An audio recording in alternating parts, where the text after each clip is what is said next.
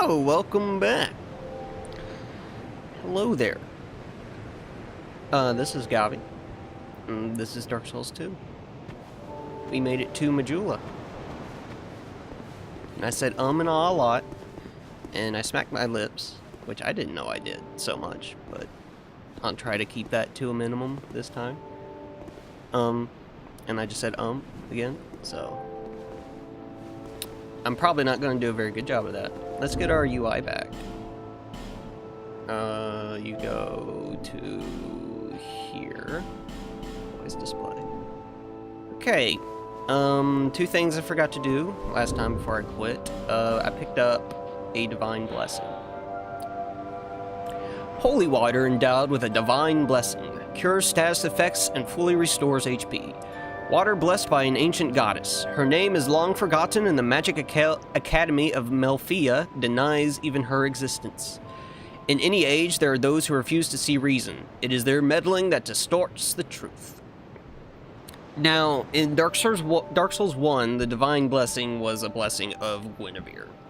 So, whether or not these are the divine blessings of Guinevere, or just a reference to Guinevere, we're not entirely sure, but I do like to point out that it points out Drangleic does not put much stock in the gods, it seems.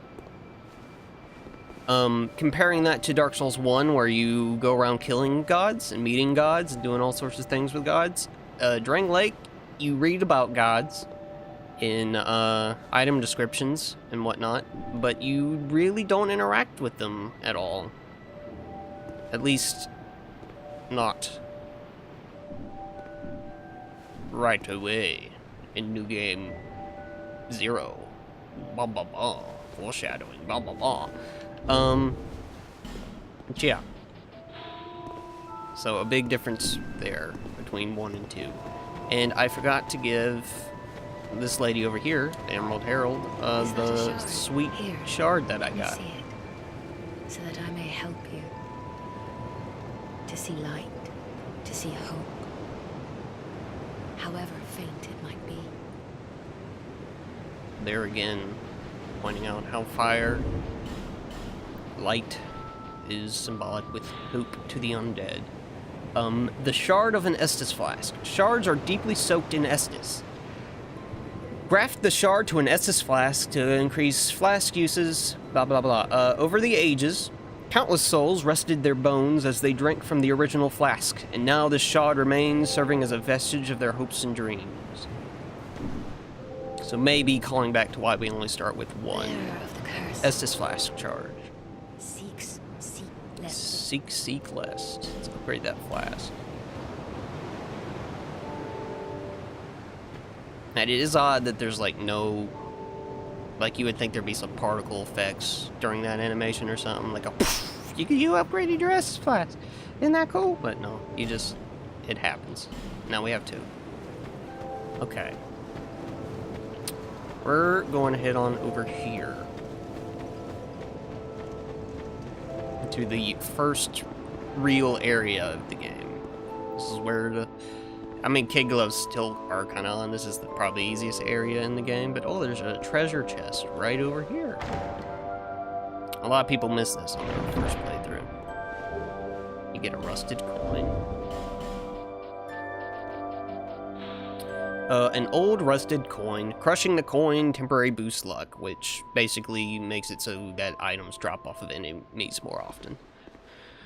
This rusted coin gives you that little extra bit of luck, making items and luck easier to find. Well, there you go. The coin is engraved with the image of a god that was worshipped in ancient times, but no one knows its true origins. Again, pointing to the passage of time, perhaps from the first one, although pretty much all the Souls games deal with the passage of time.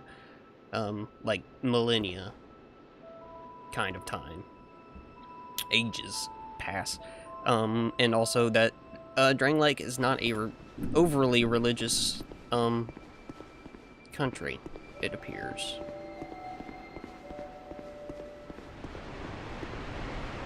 And now, this is basically a loading screen. We have to sit here and wait for this gate to open. Dark Souls 2 has this in a couple places. kind of where there would be a FOD gate, sometimes they put just gates and levers and stuff you have to wait to open. It's a little bit, I like it a little bit more than fog gates, even though it takes a little longer. The fog gates kind of irritate me in some places. Whoa, a little bit of a freeze there. Just because, what are they? Why do they separate? I mean, I get why they're in front of boss doors, just to keep it so that, you know, invaders and stuff like that don't get in. But why do they exist lore-wise? I don't know. Probably there's a chance. Another human effigy. We already went over that. Did we? I didn't read the thing, I don't think. No, I think I did read it. Well, there it is, if I didn't. It's kind of hard.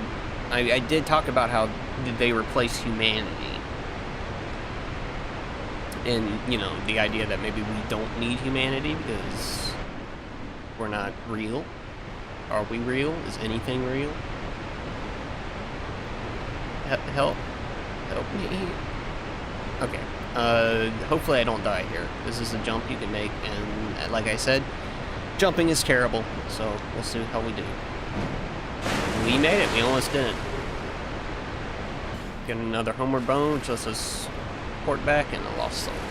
Souls, by the way, we can just use to get some extra souls. I'll use this because I don't really matter. So you get 800 souls for that. We could go back and level up, but we don't need to right away. There's a big boy over there. He's new. In the Scholar of First Sin edition, they put him there, which, by the way, reminds me I can go fight another one. For right now, I'm going to leave him alone. Oh. Hey there, buddy. God, I didn't have a shield. I won't backstab you. Come here. Screw it.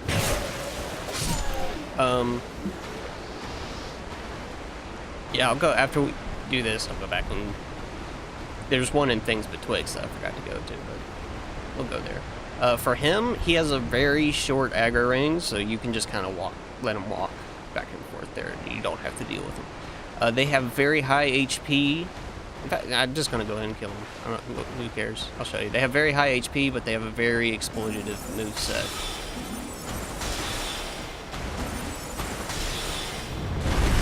That's a grab. You see, they have tons of recovery on everything they do.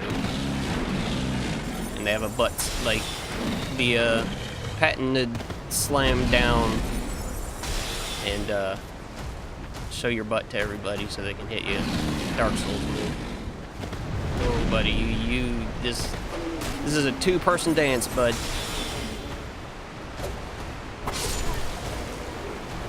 You got a life gem. He's walking away. I'm not done with you, boy.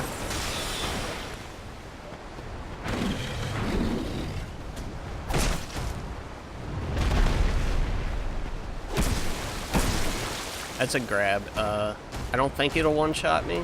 Maybe since I'm kind of low right now, but he chomps on you. There, he's dead. He doesn't really drop anything. But he gives you a bunch of souls. These guys. You notice these look different than the hollows that we fought in the tutorial area and Things Betwixt.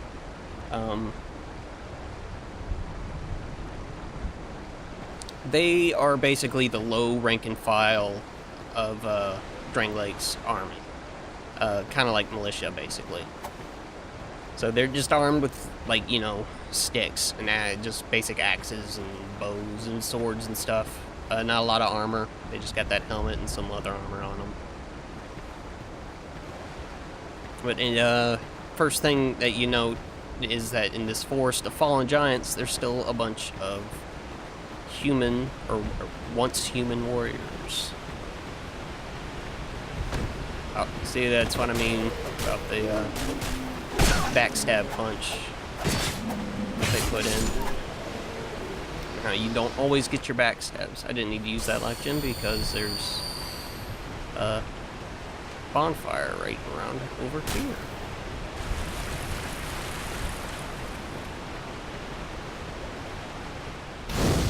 does this say? I forget what this says. Does it say anything? It doesn't say anything. Hey, bud.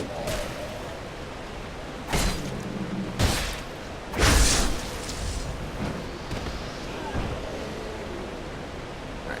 I'm going to rest at this bonfire. When you rest at a bonfire, you heal up, you get all your Estus flasks, and spell uses back, but all the enemies respawn. Well, not all of them, but most of the enemies respawn. All of them in this area except for the ogre, I believe. I believe the ogre does not respawn.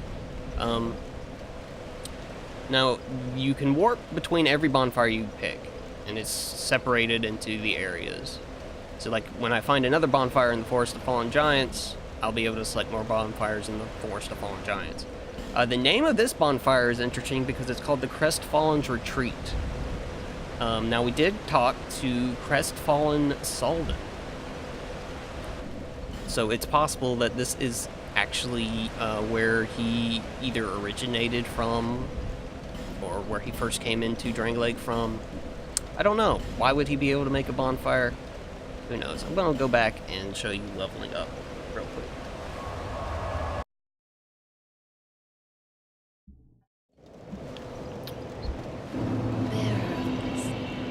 So she tells you to seek less. In there. Now you see I have 2,470 souls. The number below that is how many souls I need to level up. If I wanted to put points in vigor, it would go up. So the higher your level, the more souls you need to level up your attributes. For right now, I would like to put vigor up to 7, but I'm not going to do that because I don't like leaving my things on odd numbers or not multiples of 5. So we're going to put that at 6. And then raise...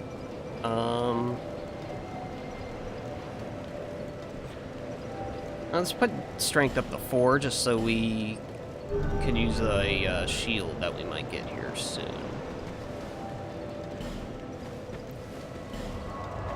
And we can just teleport back. It is a common occurrence within Dark Souls 2 is porting to Majula and then porting back.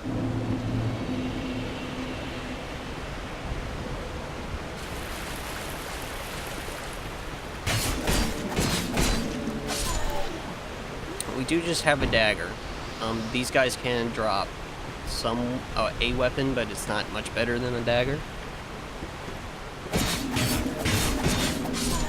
So that guy's gonna be shooting us with... these guys can be dangerous. They don't do a whole lot of damage, but they have the flail. Now, in Souls terms, the flail means that they have one attack that will just combo you to death, and there's nothing you can really do about it, and it's annoying and whatnot. So you do want to be kind of careful and kind of control these guys when they're swarming you. Alright, throwing knife. I don't believe that's really all that. Ooh. Hey there, my friend.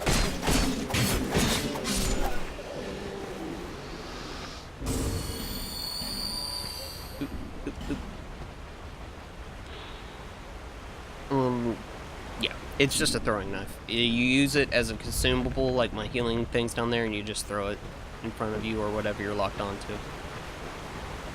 Useful for, like, pulling guys back that you want to get away from their buddies, stuff like that.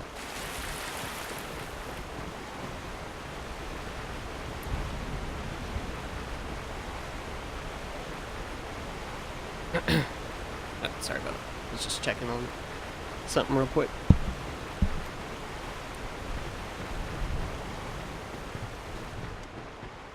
Okay. I'll go up this ladder. This area was changed a lot. One thing before we go up here. If you notice my dagger down there, how that little red bar is like a little bit more than halfway down, that is the weapon's durability. If that goes all the way down, it breaks. You can get repair powders that'll repair them, or you can rest at a bonfire before it's broken to fully repair the weapon. In Dark Souls 2, weapons degrade much quicker than you would be used to in the other Souls games. It's a much more meaningful mechanic. That's I both like and dislike it, because it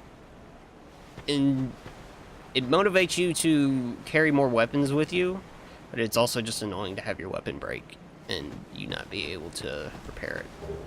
A green blossom. Go over there.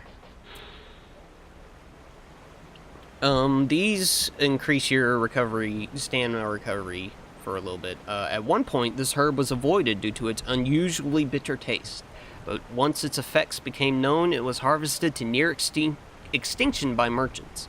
Now, only exceptionally rare wild specimens of this plant are left. Not really anything to add there. Whoa! I was talking, young man. Okay, this place changed a lot from Scholar of the First in Dark Souls 2. But in Dark Souls 2, there was just like about one enemy and a couple of corpses laid around here by the tree. Now that enemy is gone, and then its place is that item, and there's a bunch of corpses laid around it. They are not as dead as they quite seem at first. Axe. Can we wield that? No, we can't. We need 9 strength, and we don't have that. And that tells you that they are in fact Drain-like infantry, as I said. A makeshift crude weapon that deals an underwhelming amount of damage, and it mostly does just that. Pretty much all of these, I believe, yeah, pretty much all of these will get up and attack you. Once you get into their aggro range there. So you kind of want to take it a little bit slow. Take them out one by one. Hopefully you don't get hit as much as I am. You will notice up there is a scary looking dude with a big sword. But sword is not what he's going to make you worry about in this area, as he throws bombs at you that explode. So you want to pull these guys away from the jerk face throwing things at you. And take out the little guys. A broken straight sword.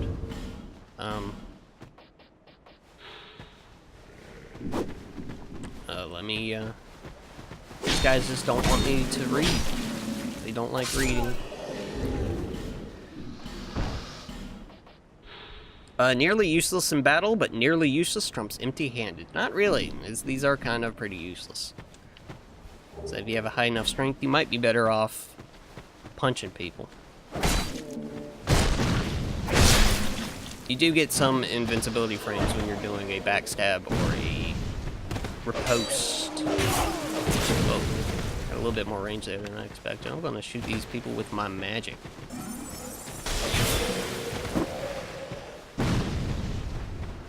Oh, got another one.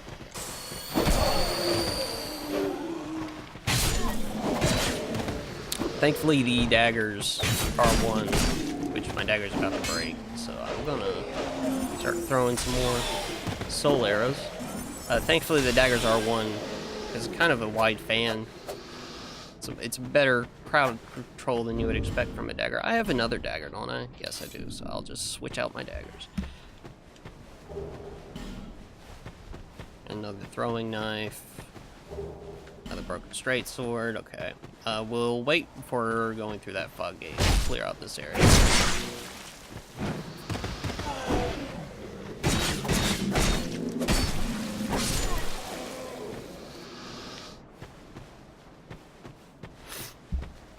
Pick up this item here. Human effigy. Those are kind of scattered around. They're much more plentiful than humanity was in the first game.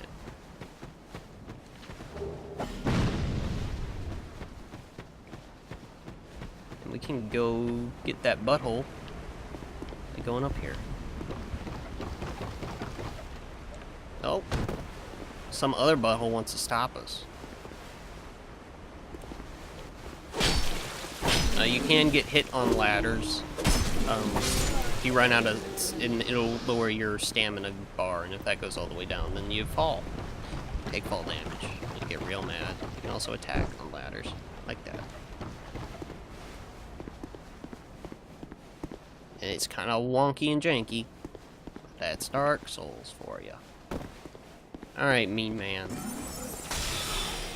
I'm just gonna shoot you with those, and he got me a little bit, but we're good. Oh, he dropped his helmet. Now, interesting that this is not the helmet that he is wearing. These are the helmets of the other guys, the fakers down there. Helm worn by hollowed infantry. A piece of basic minimal equipment. Worse yet, it's worn and nearly falling apart. Not recommended unless your options are spent, but it's better than nothing, so we're gonna put it on. Ain't that cute? We can jump over there and get that item. Ooh, a short sword. That, if we can use it, we can't use it. You can use items when you don't have the required stats, but they are slower and do less damage, so it is not recommended. So we will stick with the dagger for now.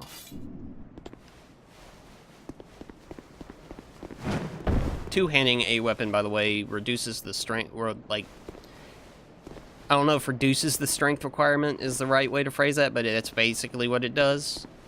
So like if I was a real weak boy, I didn't have enough strength to use the dagger one-handed, I could two-handed and maybe have enough. We will probably raise our strength index to be able to use the short sword, just because it's a good weapon, and it's better than a dagger for general purpose use. Another soul. I believe that's everything here.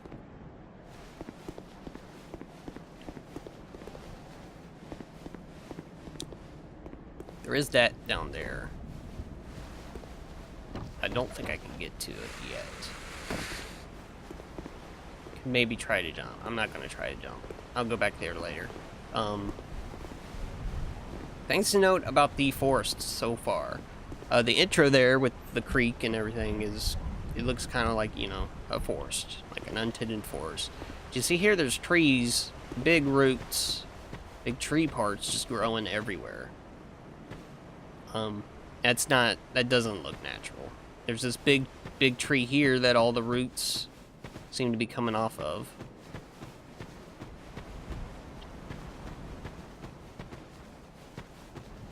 Yeah. And they just kind of flow off to the rest of the... And we'll be seeing a lot more. As you can probably see by all the roots by the fog gate here.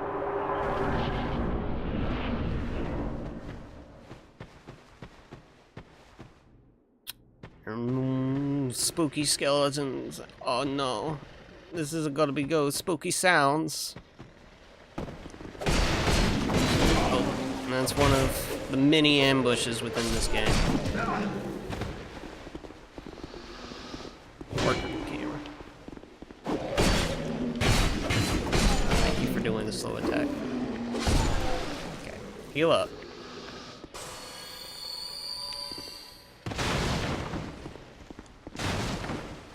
Destroy that. Get out of my way, bookcase. Get some bolts. Those are just ammunition for crossbows, which are better in this game than the first one. Space snake. Shh, shh, shh, shh.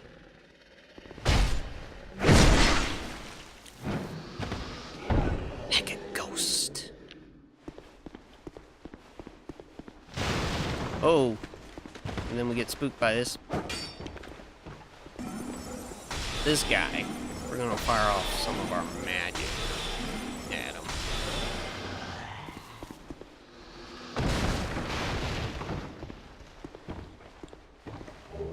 Like, you notice all the corpses, all the hollows.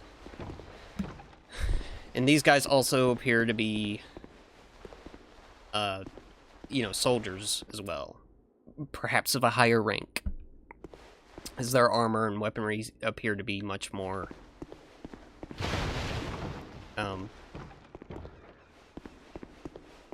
well kept and higher commission. So it's not just the forest of fallen giants, there's a lot of fallen people here too.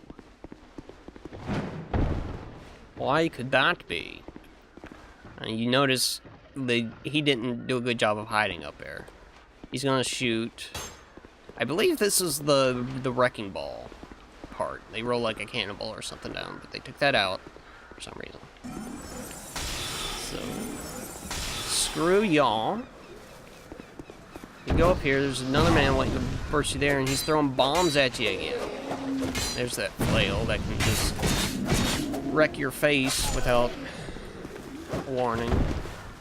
Well, there's plenty enough warning, but oh, he fall down and he throw bombs. Okay. Oh, he didn't throw firebombs. I wish he did, because there's a point later where they're quite useful, and he can drop firebombs, but he didn't. We're gonna go over here, pick up our first shield, a buckler, which hopefully we can use. We cannot. Need 713. We will probably do that. Buckler is not a very good blocking shield. This guy is being annoying somewhere. There he is.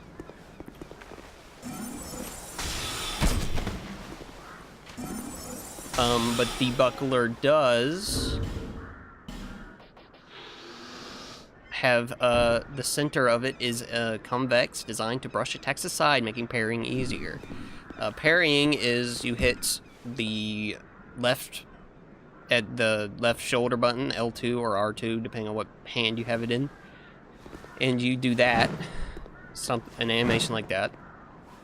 And if you hit the sweet spot while an enemy is just about to hit you, in this game, they will fall down and you'll be able to stab them while they're down there and do a critical attack. And it does a lot of damage, especially if you're using a dagger.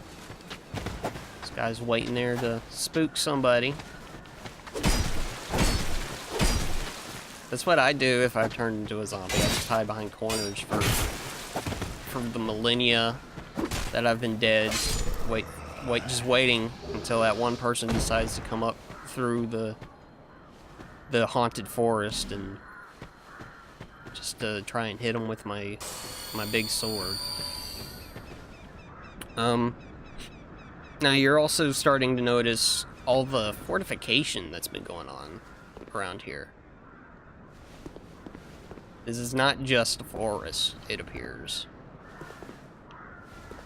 We will be going down there, but first we're going to open this door.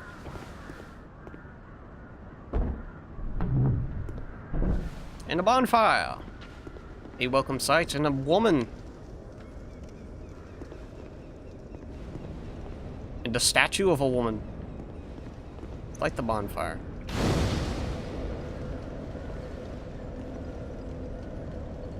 Now this statue could be a lot of things. For now, not really going to discuss it.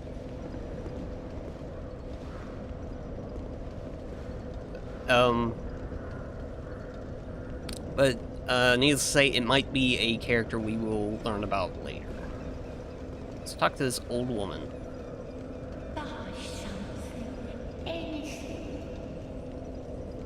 Oh, come now, help an old woman and buy something.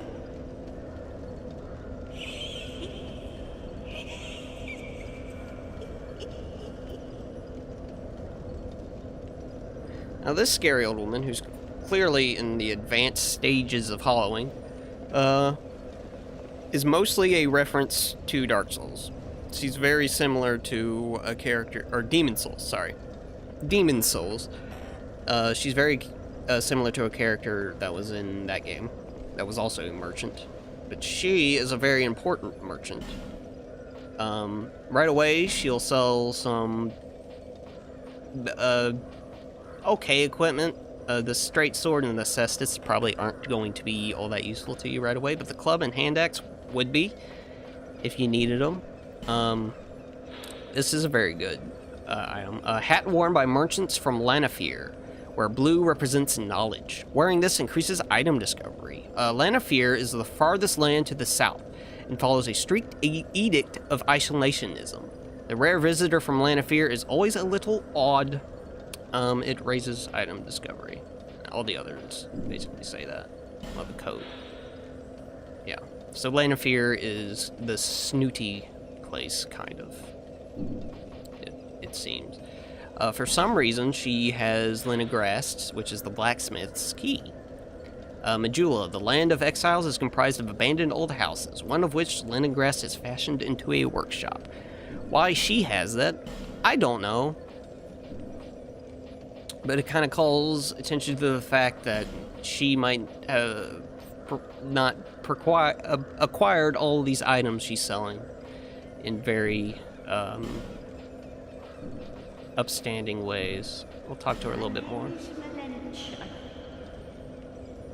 You're a stranger to this land. Oh, we get as strangers these days. Everybody's gone and run off. Dranglake's been up and hired a rebel since the war fought long, long ago. When the giants crossed the sea. Alright, so right away, she doesn't outright tell us, but you can pretty easily interpret that as referencing this entire area here that we've seen so far. The Forest of Fallen Giants. We haven't seen any giants or giant corpses. We've seen a lot of human corpses. So the war she referenced was obviously between giants and the people here, the Vendrick's army, the Dranglake army. And it was fought here. Seemed like the battles would never end. Poor folk like myself had nary a place to sleep. That's why I keep all me things right with me. You may travel light, but methinks you bear a burden of your own.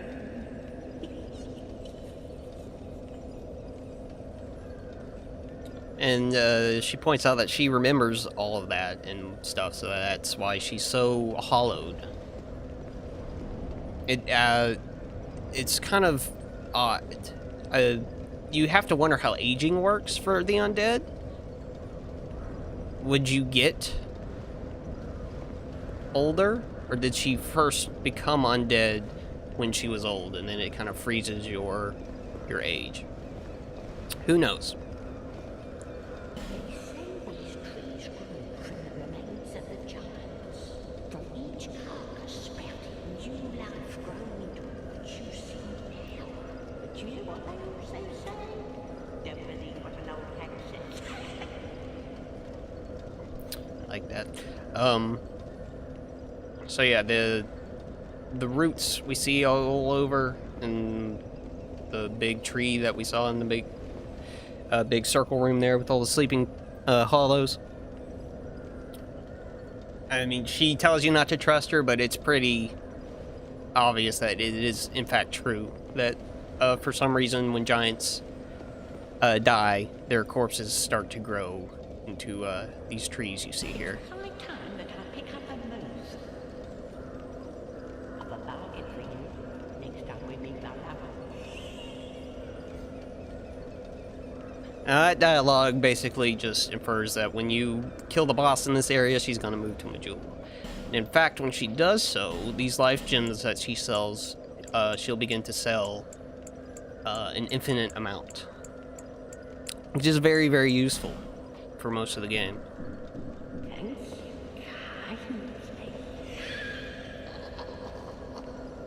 Yes. She becomes your best friend in the later stages of this game, because you can just take a bunch of your souls and give them to her for a bunch of life gems. Let's drop down here.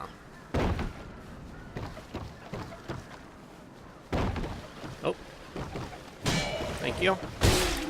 Oh, I hit that one over there. Okay, we still got it. There's another example of how the backstabs can be a little finicky. Even more so in this game. Another hollow infantry helm.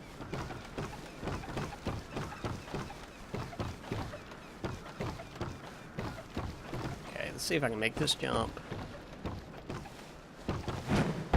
Yay. It's a human effigy.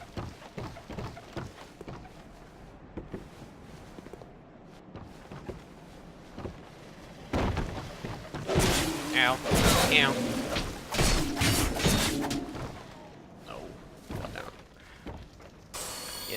Combat gets dicey in tight corridors like this.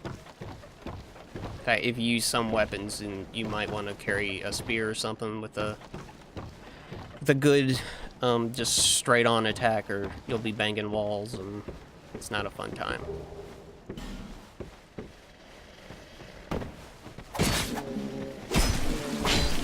That growling doesn't sound good. Whoa!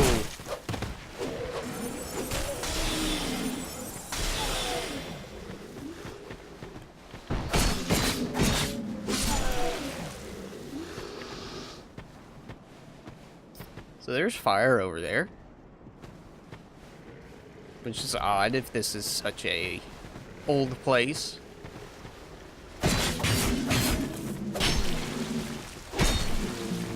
Go down. Didn't kill him. I'll just notice these petrified people here. They could be statues, but they're not. They're basically, they've been just incinerated and become that.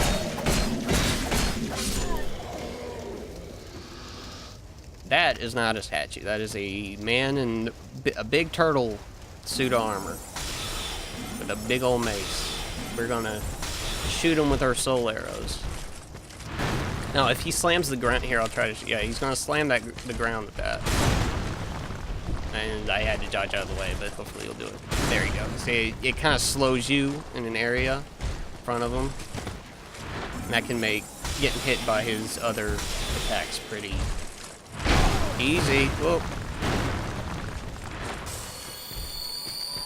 Okay, a couple more. Finish him off with a dagger. They can drop their armor.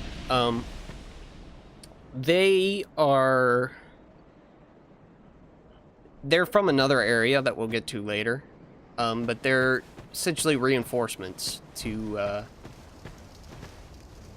that came here to help the Drang Lake army from another area. That's why they have a special suit of armor and whatnot. This doesn't look fun. This place is just burning in. Oh. That's why. Trying to grab this item. I don't believe we can open that, but there's a big lizard in there that's shooting fireballs at us. Now we could potentially shoot a bunch of soul arrows that way if we aim it right, which is easier said than done, but it's gonna take a long time, and I'm not gonna do that. I don't think we can open that. Ooh, hold on.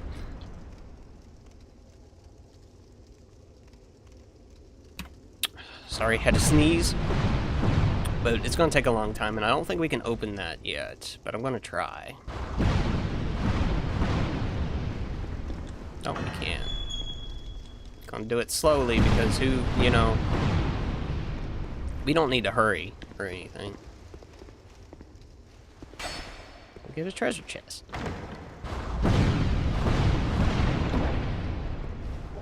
A fire longsword. This, if you're having troubles with this first area here, that's your best friend. This is where you want to go.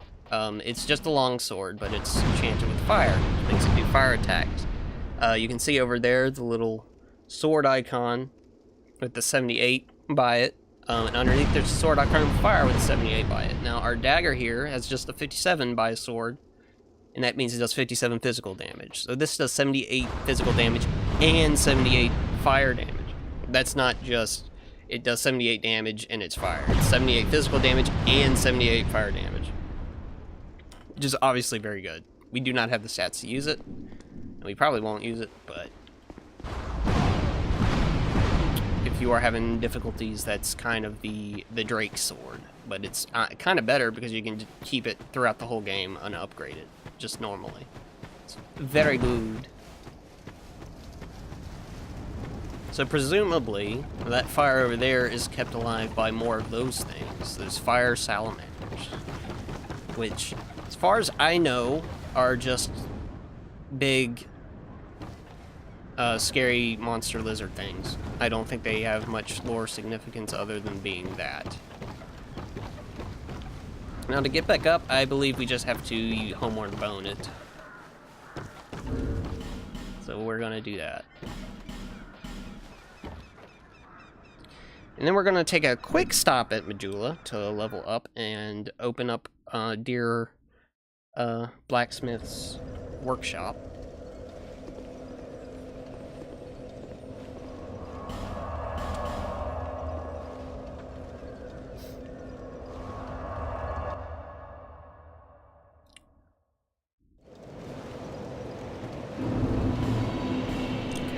I want to use this sword, so I need 7 strength and 10 dexterity. Let's see if we can get up to that.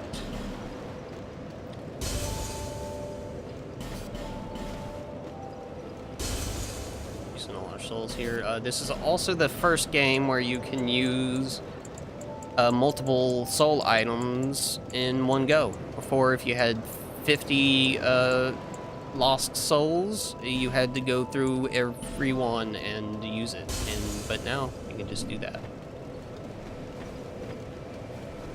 Bearer of the seek, lest Do you have anything else to say? those who come to Drang Lake seeking salvation. No. Although perhaps he is a. Okay, it was 10 dex and 7 strength. Oh, we're almost there. We'll raise the dex and then put the rest into vigor. Yeah, our primary stat is going to be int, but since we started as a sorcerer, we will keep that up.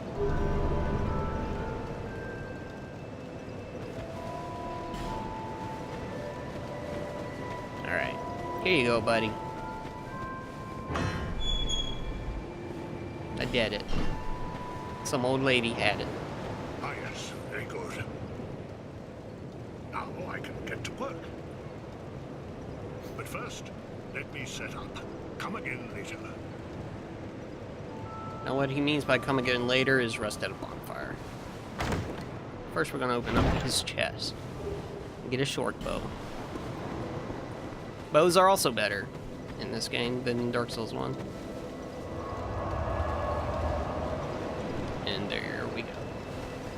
He's happily at work now, and we can talk to him a little bit more. You, stand back. This is dangerous work. The name's Lenigrast. Just a simple blacksmith. And you are? Another useless traveler. A man ought to labor with his feet planted firmly in the earth. Not roam around like you flirtatious vagabonds. Oh, what does it matter? Go on, show me what you've got. Your equipment. Let me have a look. But do it quick.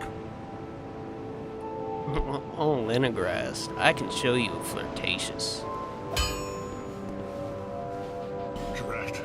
You're worse than my reckless daughter. Don't spend your whole life in transit, you hear? You'll need souls to repair and improve equipment. I know only of smithing, but souls have many other uses as well. Don't waste your souls on useless trinkets. Think before you spend. Okay, he's just gonna basically give us tutorials for how to upgrade and repair items and stuff. He is your first blacksmith. He sells the Titanite shards that we went over yesterday, last time. And he can use those to reinforce your items. And again, you want to mostly do your weapons. We could, and that includes my staff that I use to cast my spells. That will make my spells do more damage. I think we might want to do that for right now, because again, we want to switch to this longsword, and we don't want to be using the dagger too much. Yeah. So I'm gonna pump up our staff a little bit. You can also do this with armor, but again, armor isn't nearly as important as your weapon. So I usually just leave that until I find the armor that I like, that I look the coolest in, and then just upgrade that.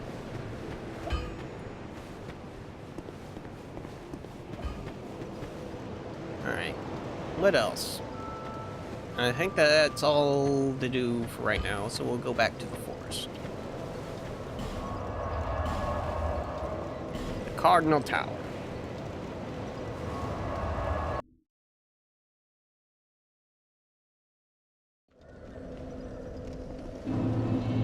She's still here. Like I said, you have to kill the boss for her to move on. First, let's go up these stairs. Ooh, you hear that? It sounds like something shiny's in there. But it's locked. But, it also looks pretty beat up. So we're gonna hit it some more. Yeah, a lot of people don't figure that out. And this is making that shiny noise, and I missed it. Those will respawn once if you miss them, but not after you kill them. They give you upgrade materials. They're called crystal lizards, and they're mostly just gameplay. You just want to kill them. And you notice it's pretty dark in here. This is also a change in Scholar of the First Sin. When Dark Souls 2 was first revealed, they made a big deal about the lighting. That you would need to use the torches to light your way in certain areas, or you wouldn't be able to see, giving up your shield slot. All this manner of stuff. But when it came out, that was not in the game, basically. The torch stuff was, but you didn't need it at all. So in Scholar of the First Sin, they put that back in some areas where it's just really dark. It's not too difficult, though, if you know where you're going. Hollow Soldier Helm, which is different from the Infantry Helm. Appears to be crafted with quality materials, but is highly degraded and close to falling apart. Wearing this will be of little use, but it is of more use than our infantry helmet. They're gorgeous. Another hand axe and a radiant life gem. Radiant life gems are just life gems that heal more. They heal faster and they heal more. There's a treasure chest. A small leather shield and a repair powder. Repair powder is, like I said, repair your thing. We cannot use the small leather shield yet. Oh, we could. In fact, we actually don't need, for what we're going to use this for, we're just going to be parrying with it, so I'm going to put that on. It works just as well. It just blocks less, I believe. Oh, hey, I'm doing something over here. Okay, thank you. See how quick he backed off? That's how... Oh. Okay, I was going to say how cool I am, but then he jumped at me and hit me with the sword. Now he's dead, like that. Another thing people got upset about that this game did not have from Dark Souls 1 is the ragdolls, which I also agree. It was quite funny to kill something and then drag it along, but that's gone now too. Small white signpost. This is for co-op. You put this down and people can see it, and they can summon you into their world to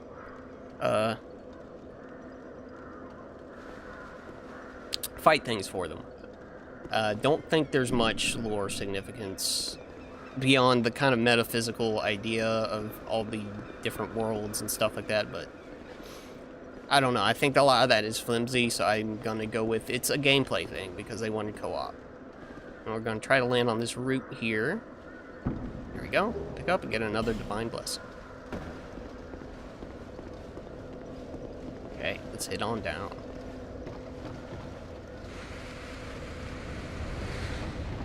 Now you can see down there the fire. And there's the fire salamander. I believe there's 3 down there. How you get down there is there's a long roundabout way somewhere else, or you could just jump down and land on top of that salamander and whoa. or you could get pushed off by that guy, but you'll die that way. If you land it with the plunging attack on the salamander, whoop, okay.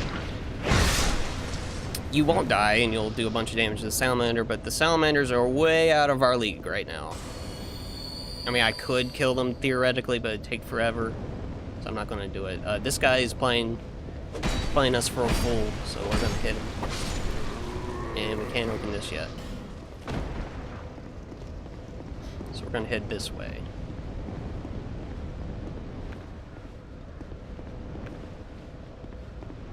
So basically here, and in most places, if you see the corpse of an enemy, of things that have attacked you before, it's gonna get up and attack you again. So, kill it. Soul and another door that we can't open. So our only recourse is to go this way. There's a fog door. And a door we can't open.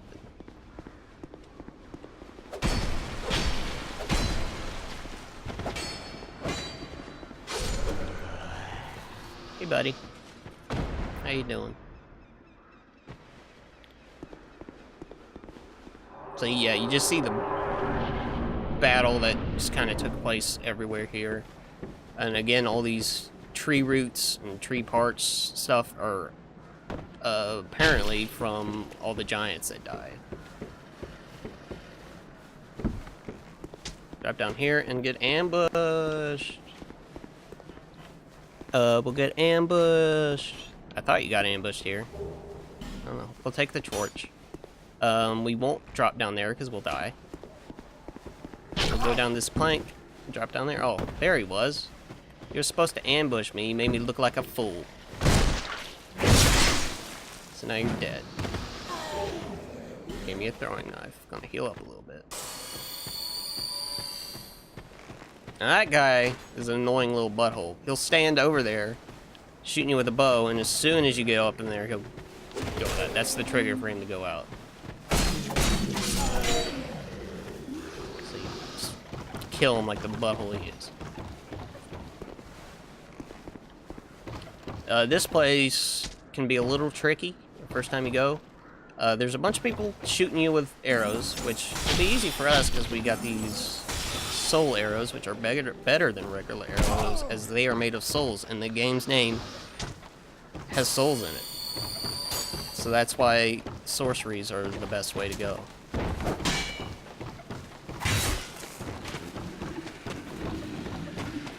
Okay, I'm gonna do a armor break on him.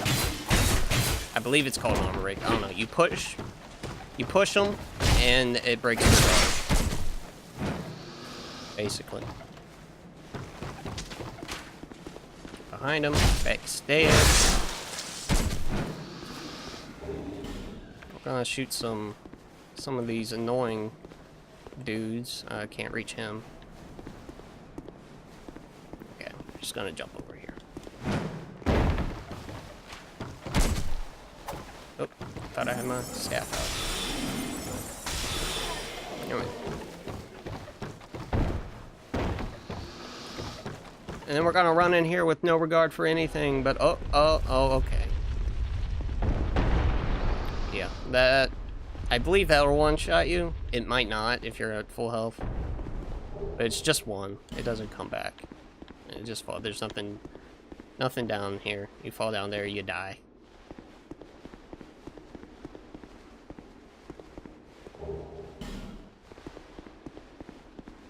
And this is not an enemy. Oh, I'm sorry. I was just daydreaming, I think. My name is Kale. I'm a traveler like yourself. I'm navigating the continent to create a map. Why cartography, you ask? Well, that's a good question. When I first came into this forsaken land, it was a curse? Something about a curse? How embarrassing. I seem to have lost my focus.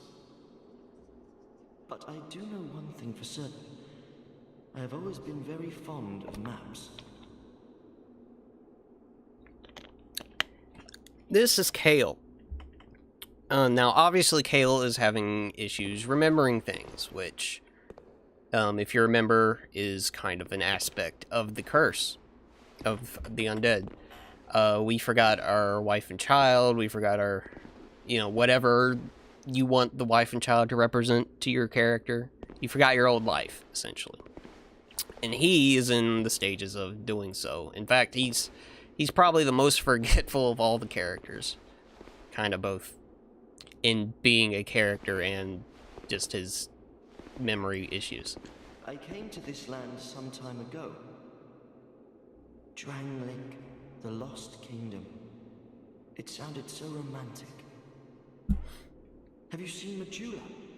Oh, there's a rather spacious mansion there. I've made it my temporary home.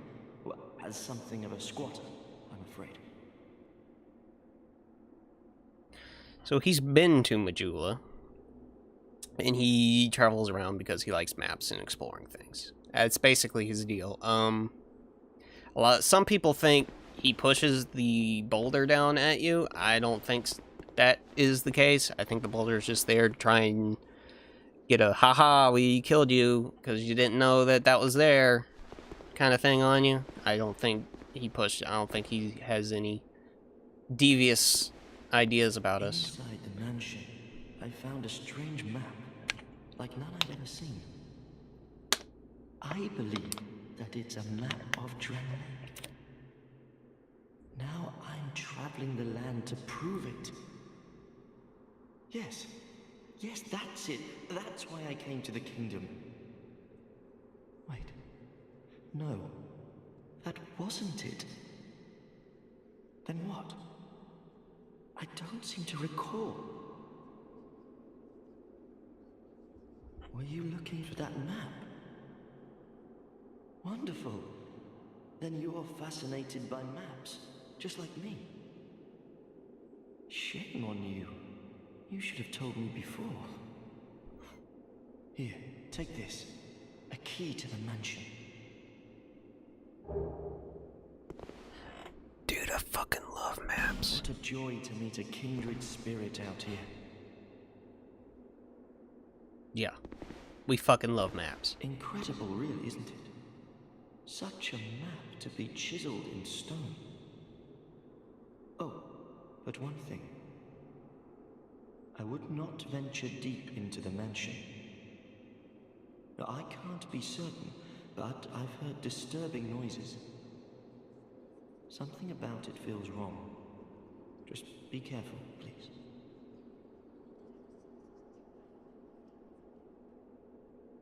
I'll be back in Majula's, perhaps.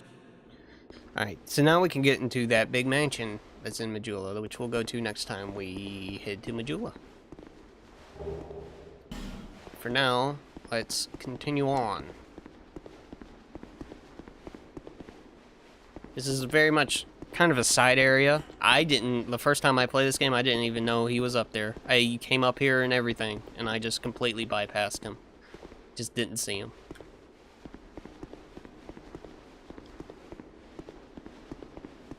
It's alright, he's not terribly important.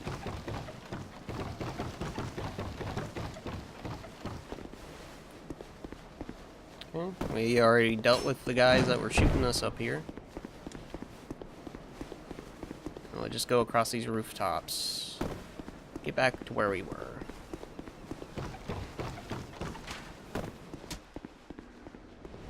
And this time we'll continue all the way up. To those other jerk-offs that were shooting us with a bow. And a turtle man. Again, we will mostly be taking on with our soul arrows just because... Oh! See, I told you, if sorceries are the most overpowered because they have soul in their names. These barrels blow up. And the interesting thing about this is it wasn't actually him hitting the barrel that made it blow up. It's like, I can roll into these barrels and they won't blow up. It was the sparks from his weapon. So you see that hollow when he attacked the ground? It caused sparks to fly. That is what ignites the barrels. I really like that little detail there. As you see, there's a big stack of those barrels over there by that wall. Apparently, my iPad decided I said, "Hey Siri," during that point, so give me a sec. Okay, we're good. But there's a big stack of those barrels by that wall.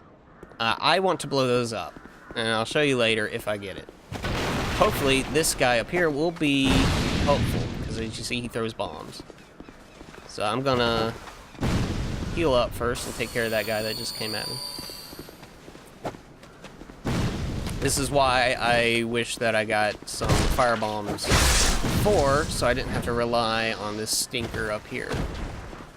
So hit me! I said hit me! Kinda get over here. He kinda is... It's kinda RNG based on where he's gonna throw it. Like, he's aiming for you, but it can go pretty much anywhere. And he's falling down. So it's gonna be a little bit more difficult. And I destroyed them. Most of them. Come on.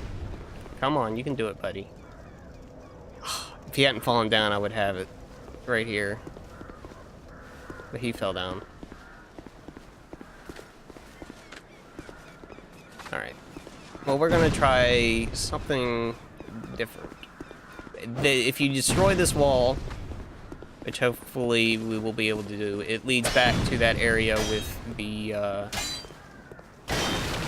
bonfire. We're gonna go up here and give him a taste of our mind.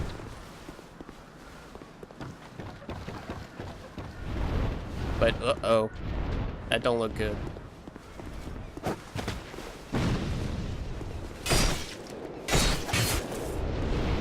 That don't sound good. Whoa.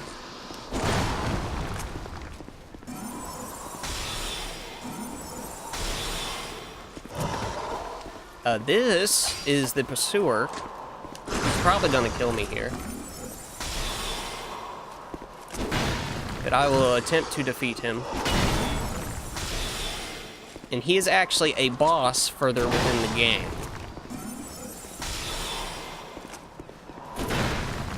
In this area, in fact. But you can encounter him here, and he's just here. And you can kill him, or you can die to him. I believe if you die to him, he does not come back. He's kind of easy. The issue here is that he has a lot of health, and I don't have any weapon. I'm doing 10 damage to him right now, and you can see doing 100 is barely taking off anything from him. And he can probably kill me really quickly. So I'm with this dagger, I'm actually probably more liable to break my dagger than to kill him with it. So we gotta rely on getting him as low as we can with our soul arrow. So that's the attack you want to look out for. And you want to wait for the third strike on pretty much every one of his combos. I believe he does have a fourth strike on one of them, but most end at the third.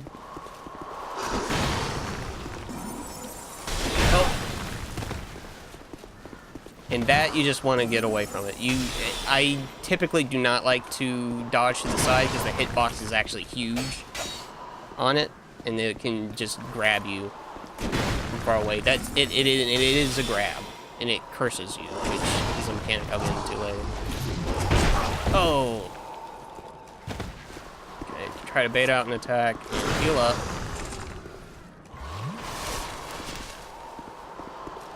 Now, I am going to have to open my inventory to use one of my amber herbs, which will take some dexterity, but hopefully I'll get it when I run out of soul arrows.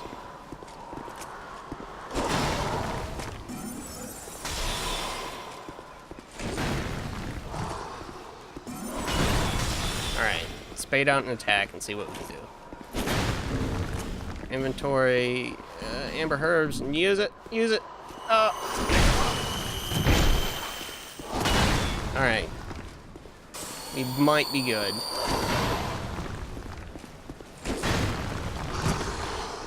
Woo! That was I did not think I got that dodge off there. You want to be careful with that attack, as the hitbox lasts for a long time. So I usually like to dodge away from that one.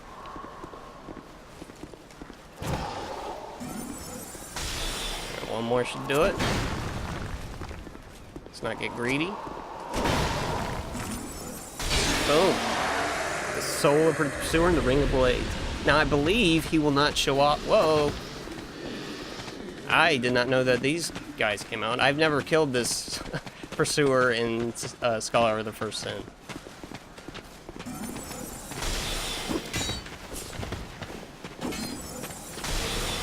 So I'm not actually sure about the exact consequences of doing so, but I believe he will not show up in his boss fight later on.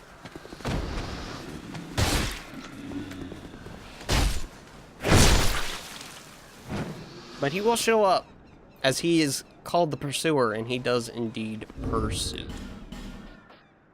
First, the Ring of Blades. The Ring of Blades is modeled after the Mad Knight of Alkin's weapon of choice. Increases physical attack. So it's a good ring. The kingdoms of Alkin and Vin long ago flourished on these very grounds. They were both funded by the same man, but were reduced to rivalry and spite. And Soul Pursuer. Now, when you kill a boss, which is not mostly like that. Mostly when you fight a boss, it's in a boss room and there's a boss health bar at the bottom. You'll see.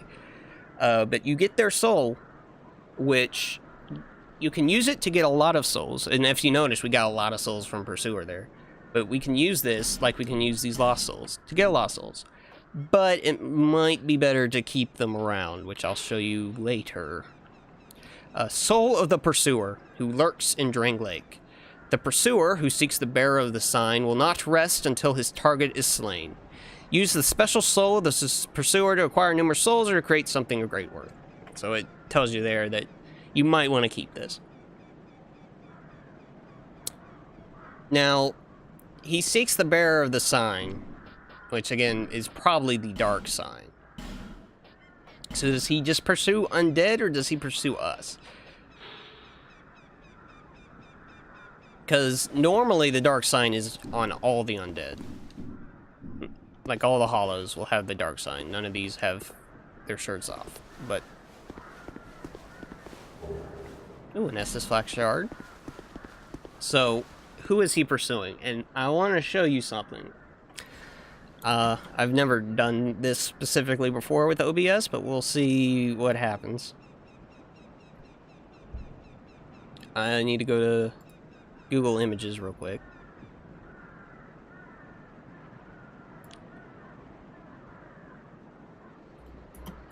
And Dark Souls 2 Pursuer.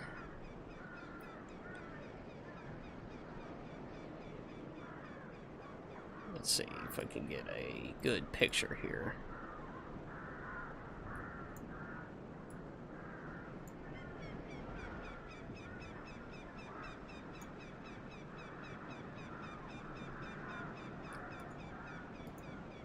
And save image as yeah.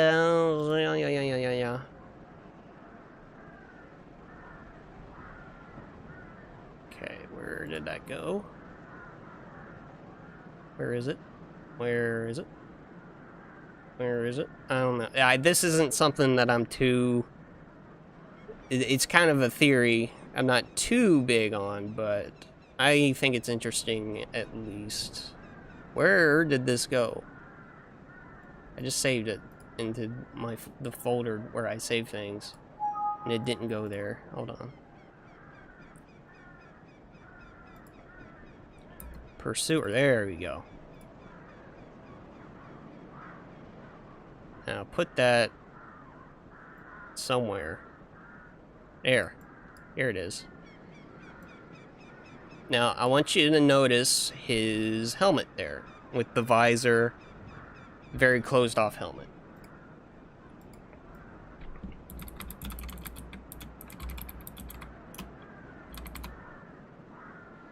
Now, I want you to look at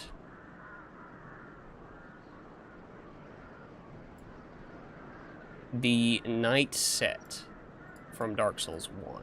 Kind of the iconic Dark Souls 1 armor set. It's like that's on all the promotional materials that represent your character in the opening cutscene. All that. Let's add an image. Elite Knight set. There we go. Now they're kind of similar, aren't they? Boop, boop, boop. There. Kind of similar. Berserker also has a bunch of weapons on his back that look like Dark Souls 1 weapons. Is this working? Yeah, it looks like it's working. So, you know, kind of so the theory is that this is the pursuer is the character from Dark Souls 1. And he, you know, he's upset for some reason that there's another chosen undead running around or something. I think, if anything, it's just a reference. It's just a little Easter egg. If anything at all. So I spent all that time getting that, which I should have gotten ready beforehand. Just to tell you, it's probably nothing. Probably doesn't matter. Let's pick up all these other things. You get a bunch of good things up here.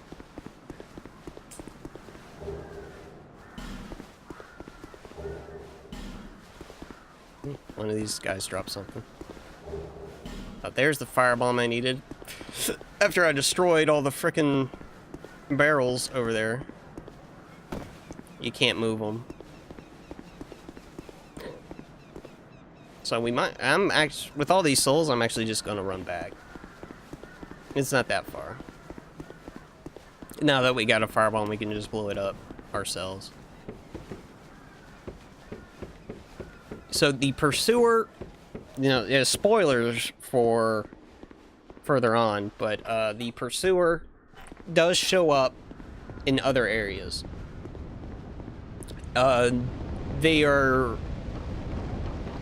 He's fairly easier, I guess. It depends on the area. Like, they're not the exact same fight every time. I mean, they are. He has the same moves and everything, but they have less health and do less damage in the earlier areas than in the later areas. And I believe there's one where you fight two. So that kind of, to me,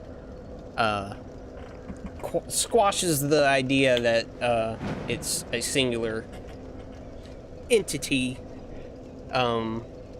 being the Dark Souls 1 protagonist. But why he's pursuing you, there's some hints possibly later on, but we'll get to those when we get to those. Those barrels will respawn when we come back, so we'll be able to open up the shortcut. Take my souls. Is that a shard you found? Yes, take my shard as well. However, Give me it.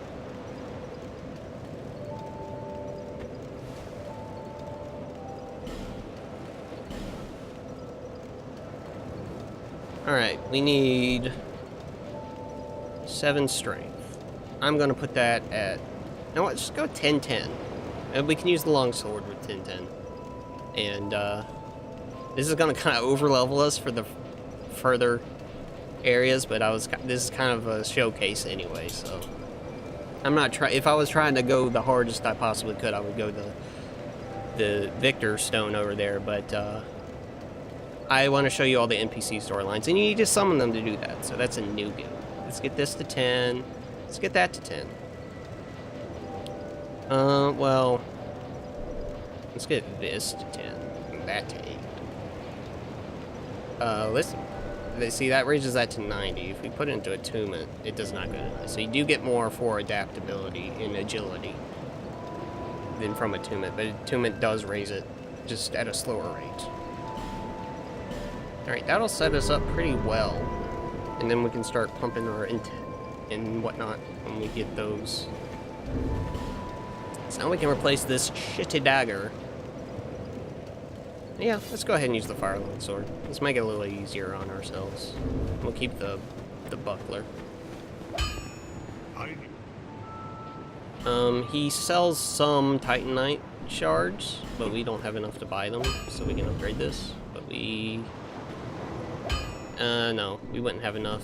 And I don't want to use the pursuer, thing. Let me check in with Shalquar. She'll say stuff after you kill a boss. I'm not entirely sure if she says one after Pursuer. But we'll check. Hello, Kitty. Hello, Kitty. Oh. Who are you again? I never told you my name, Kitty. No, I'm not serious. You do have a rather pleasant scent. Stop coming on me. Come on. I'm not into that. This place is fat. Yeah. We receive only the most peculiar visitors. Did I go over Folk this? like yourself. Hold on. It's enough to keep even a cat amused. Yeah, I believe so. Okay. Nothing's... No, go away. I don't talk to cats. I'm a dog person. I like cats too. Although I do like doggies. My doggy's over there. Hello, doggy. Hello, Tucker. Hello. Okay. Back to the forest.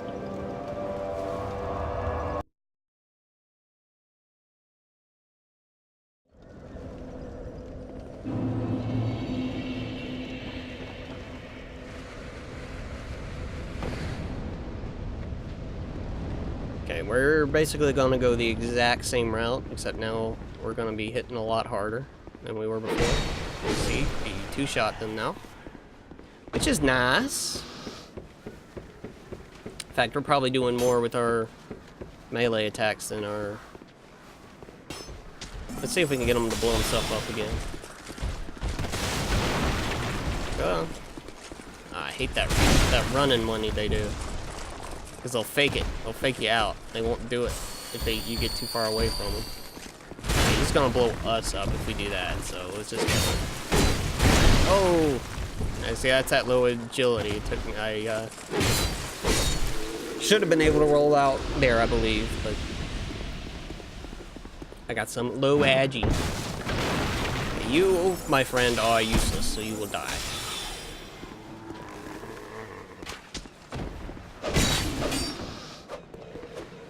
I maybe shouldn't have done that because I can miss this. Dark Souls is not known for its accurate fire bombs. Let's see. Let's hope.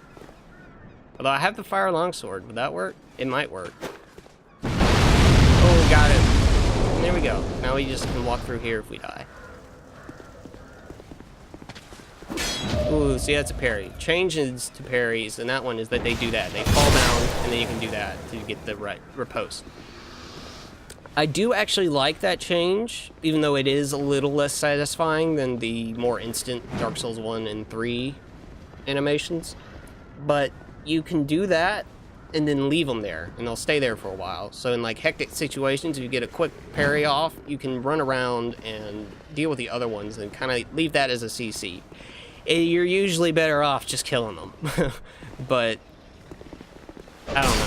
It's not as terrible as I think some people made it out to be. We got some of his gloves. No, we're not naked.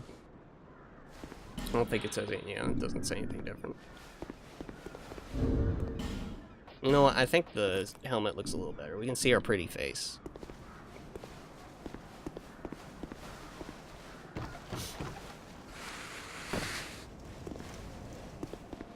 That is a friend. Maybe. But first we're gonna go in here and have all these people shoot at us. That's another gotcha. This is a... If you hadn't died before, you're probably gonna die here on your first playthrough. Because there's a lot of these fellas. I'm gonna run up here so I don't die. Hey, don't hit me, please. Okay. They fire those ballistas at you.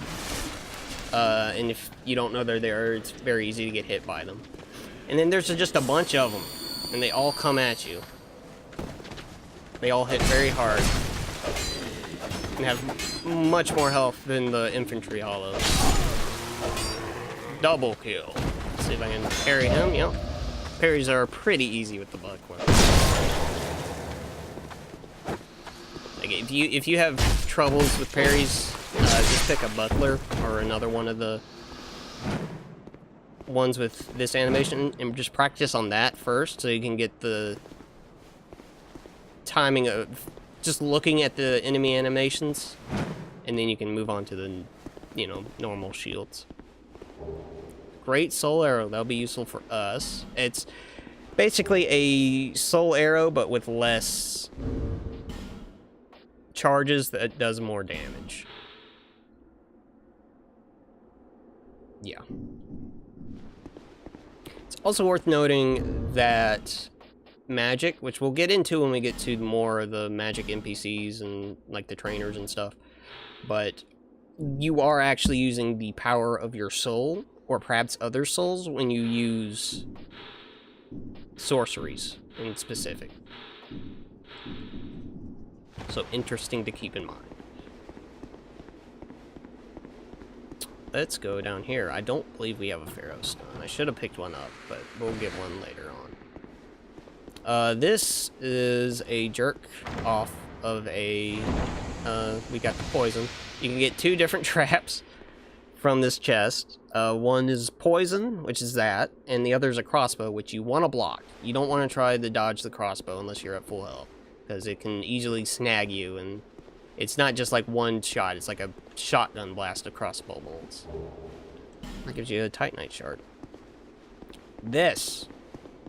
You can get Pharaoh's Lockstones, and you put them in their that mouth there, and they do all sorts of things. I believe this one opens up one of these doors will start glowing, and if you hit it, then it opens up another room. But they do all sorts of things, and not all of them are good. Oh, it's another locked door. Oh no, what are we gonna do? Why don't we try knocking?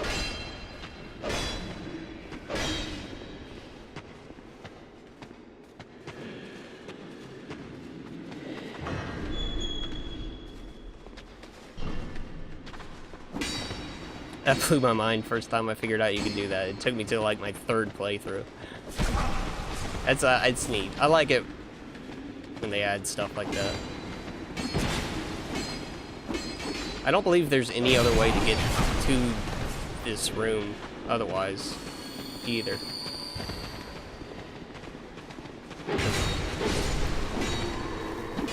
Oh.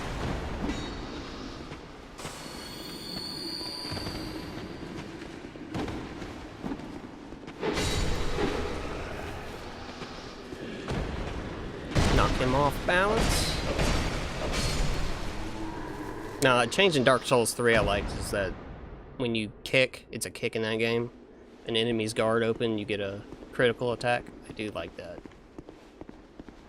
Another chest.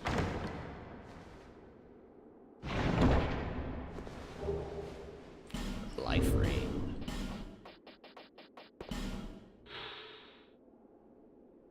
This is the ring that you can start off with as your starting gift, and it just raises your HP by a little bit.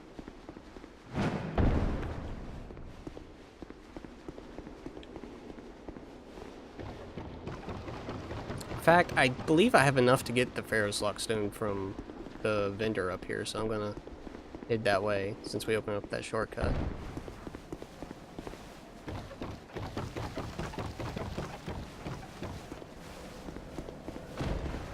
Okay. You good? You good? Alright. On you? No, it's 4,000. Stone activating a creation of Pharos the Vagabond. Pharos the Vagabond was a legend who wandered the lands creating contraptions to help those in sincere and dire need. The scope of his travels was so wide that Pharos has been mistakenly credited with many inventions that were crafted by others. Pharos will be coming up a couple times, but for right now, you just need to know we want his stones. Let's see if I can get enough to get his stone. I don't think so. No.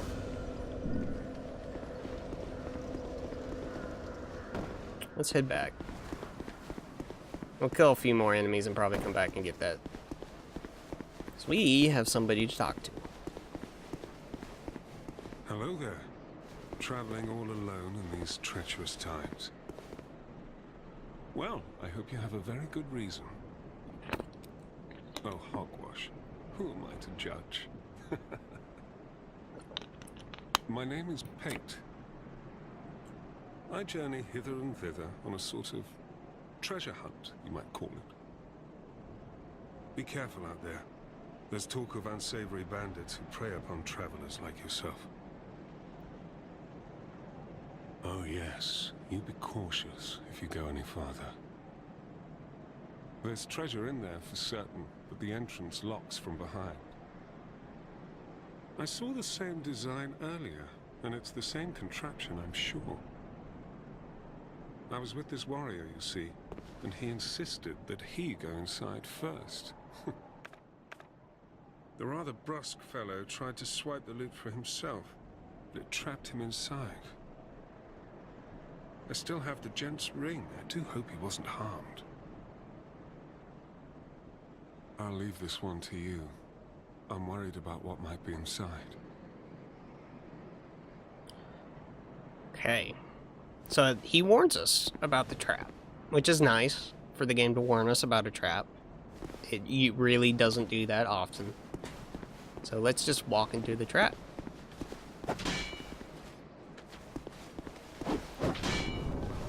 And there it goes. We're trapped. Now, a bunch of mean men are going to come out here. And I might die here.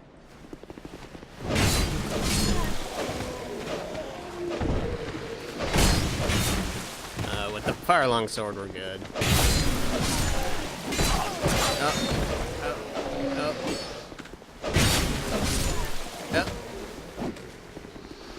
Yeah.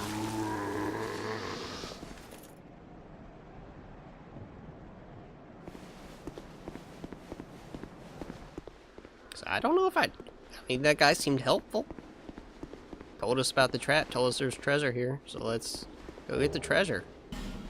Some sticky white stuff. I mean, aromatic ooze.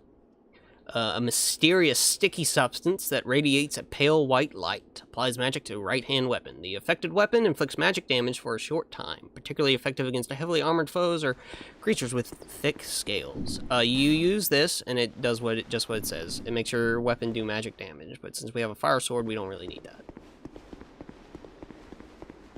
They are useful, though. And they come in all kinds of varieties.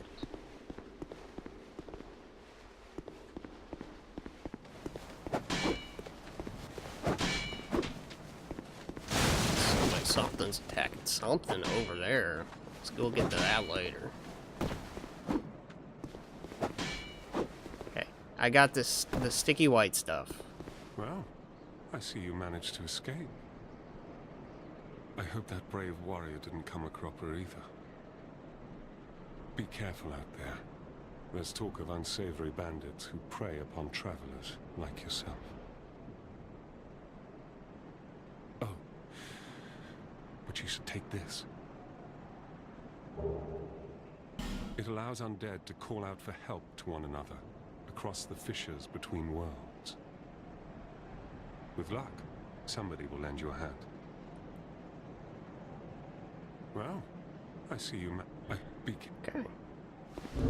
So he gives us the big co-op item. these don't, the little ones here go away when you use them. This one doesn't. He's not the Solaire, but he's the Solaire in the sense that he gives you that item. This is Pate. And he seems like a trustworthy dude. I like him.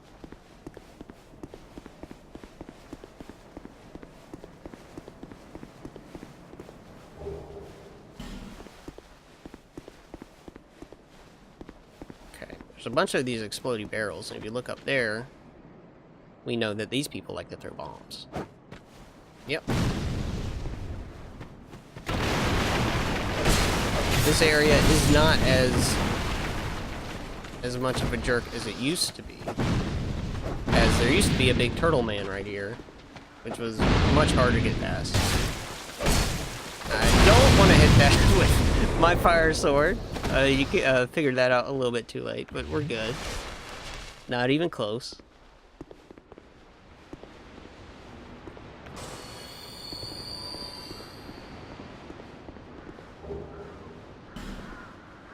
Let's put our life gems on our bar there.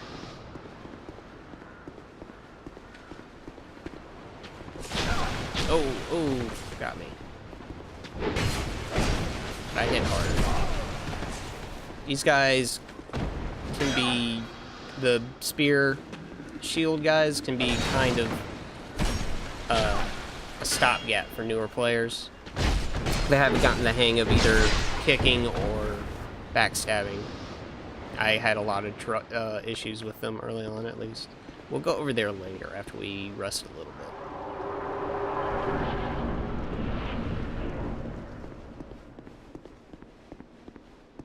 And we know this guy's gonna come at us.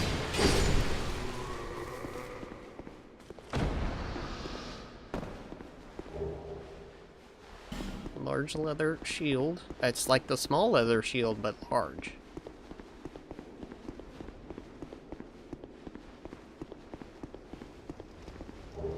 And fire arrows, which are arrows that do fire damage. Also useful for blowing up those barrels from range, so you don't get blowed up like we are. And now we unlocked another shortcut. So back up to the bonfire we go. And let's see if I have enough. No, I already used it. I do not have enough of the good stuff, of the good soul juice. But we're still gonna rest. And yeah, I'll go ahead and buy some more life gems. Give me all you got, lady. Because we're gonna fight a boss.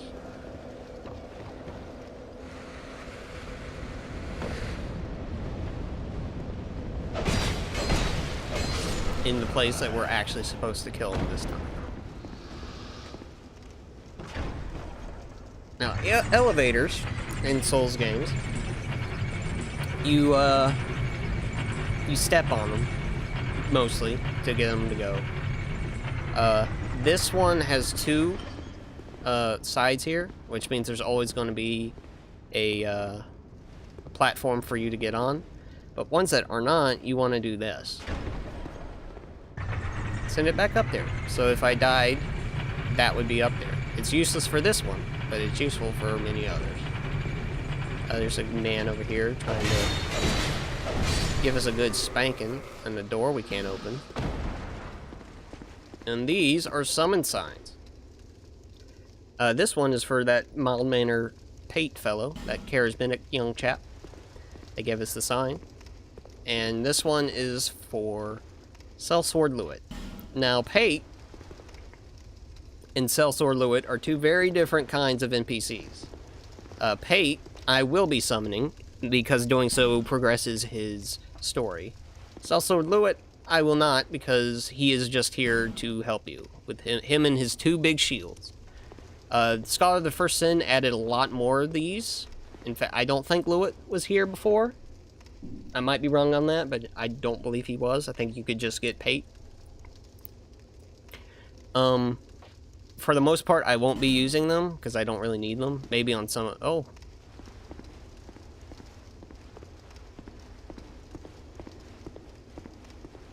You alright, bud? You doing good? Huh? You having a little trouble there? Huh?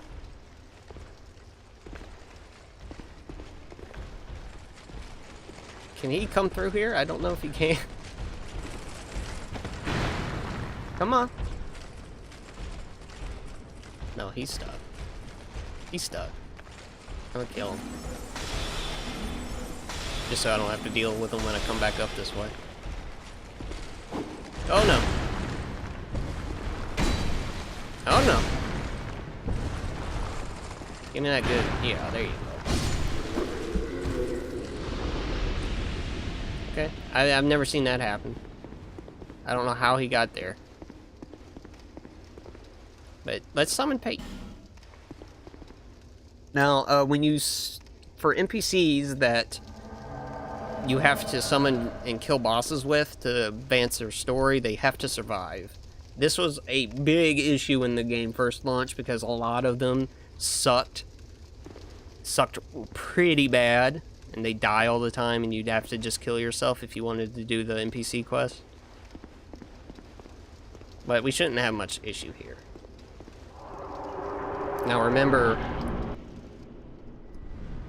all these trees are giant corpses.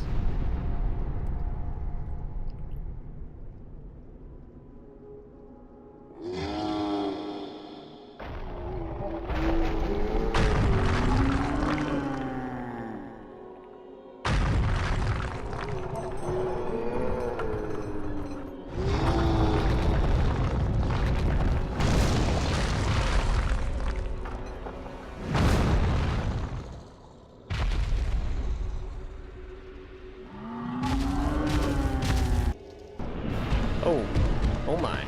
And this is the last giant.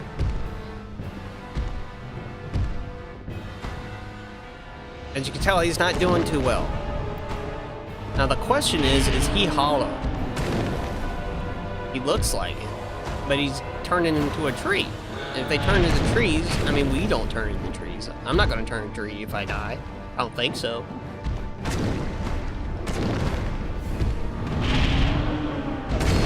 He can be kind.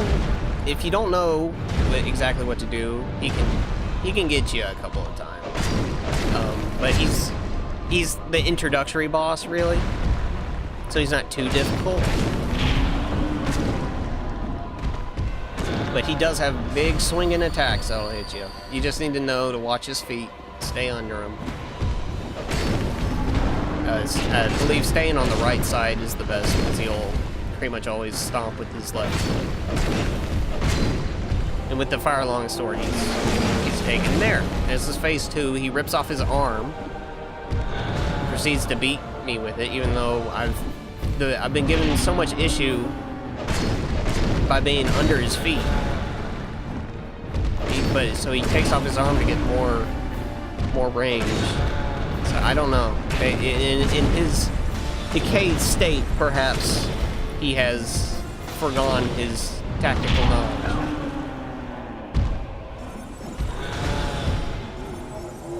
And there we go. The last giant.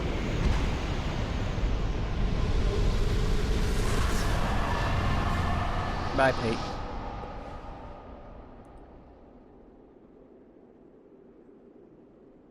Now that fight will have more significance later.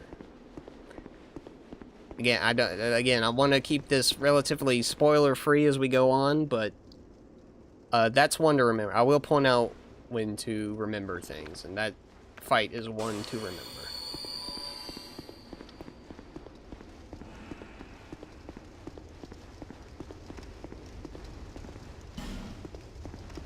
Let's read his soul. Soul of the surviving giant who was bound below the forest of the giants. The lord of the giants who had brought wrack and ruin to the entire kingdom was said to have been felled by an unknown warrior. His beaten and broken remains were then dragged beneath the stronghold where he was sealed away. Use this blah blah blah blah blah blah. So that tells us that what we killed was basically the leftovers of the Lord of Giants. And you could also probably see giants are not just big humans. They are quite different in physiology.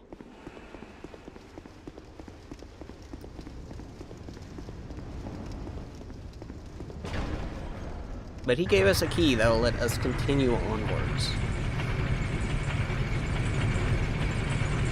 We don't have to continue onwards. We're technically done with this area, but there's a lot of extra stuff that we can do that I will be doing because it's cool.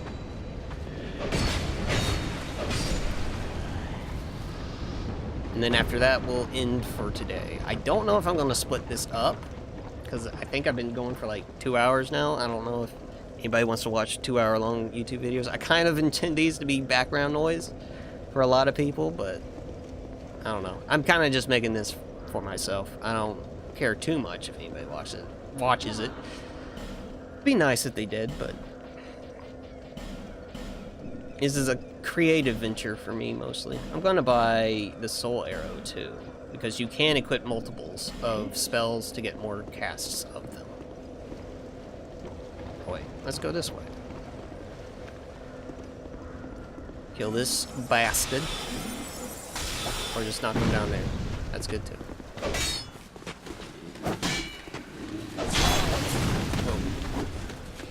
Oh, camera. Hold it on there now. Hold it on there now, camera. Hold it on. Whoa, good swing. What? I thought he was dead. I must have hit his shield. Now let's see if we can get back to that Ferrosock stone without dying. There's also something else here I want to show you. I'll show you that first, actually. Over here.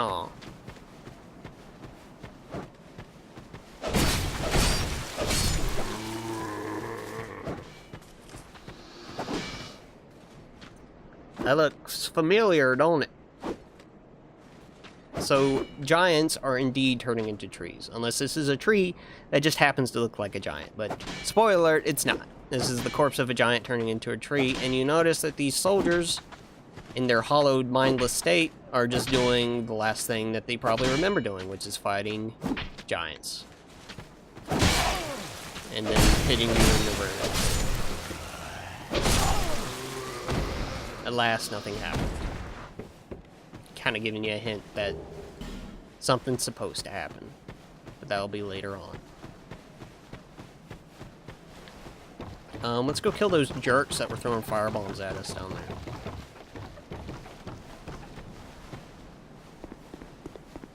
Because there's something I want to show you there that's weird.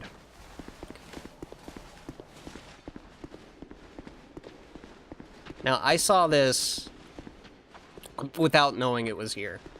I played Scholar of the First Sin a little bit after it came out. And I had no idea about this, and I think a lot of people don't either. You notice there's a shadow over there being put off by this light. Like somebody's there. And if you do go move there, you see that there is in fact somebody there. So what happens if we swing? There's just an invisible man that gives you a smooth and smoky stone. They're all over the place. I've only found 2 on my own. They added these in Scholar of the First Sin, and I don't know why, but it's neat. I don't think they have any significance whatsoever. Lore-wise, I think they're just fun little Easter eggs. There's just invisible hollows that drop crow stuff when you kill them.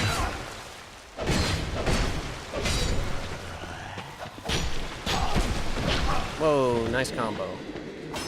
Somebody's been playing Soul Calibur. Oh no! Oh, I tried to block it, but I forgot we couldn't block it.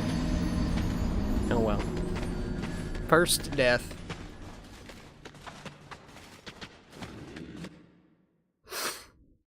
Now I'll be able to show you hollowing. Now, unlike the first game where it was a 1-to-1, you were either hollowed or not, in this one, you slowly hollow as you go. So you see, I'm kind of zombie-fied. My eyes are all white and whatnot, but I'm not the hideous meat monster Well, I kind of am a hideous meat monster, but I'm not nearly as much of a hideous meat monster as you are in the first Dark Souls. This might look better. Nah, it doesn't really fit. And if you notice, my health up there isn't going... It has a little space that's blank. The more you die, the less health you have, is basically how it works. And if you... and I believe it goes to half health. That's when it stops. And you can use these human effigies to become human once more. Now we're beautiful again. Let's head back. I don't think there's anything important in that chest, but I want to check it anyway.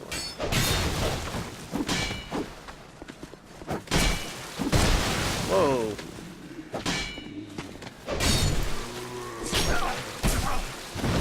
See, I've killed these guys I don't know how many times and still getting some issues.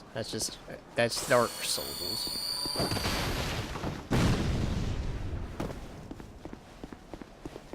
Let's just book it.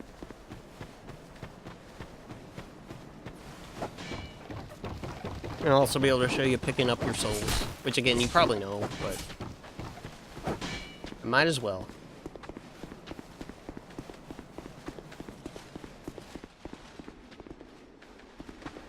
And you see that glowing spot right there? That's where my souls are. That I had before I died. Now I have them back. If I died again, they'd be gone.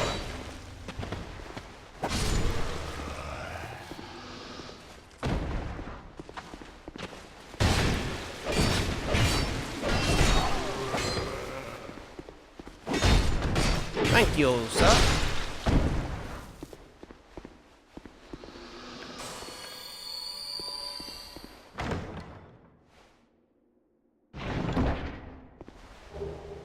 Mail breaker, which is not my favorite weapon, and we can't really use it. It does have a shield piercing ability, but you're usually just better off kicking them, or or guard breaking them. This thing. Not that thing. That thing. You're better off doing that than using the mail breaker to get through shields and stuff. Okay, you need to get through here and not die.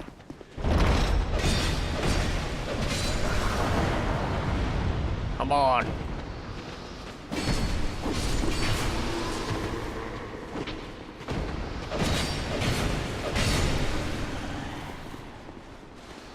Oh, a little too early.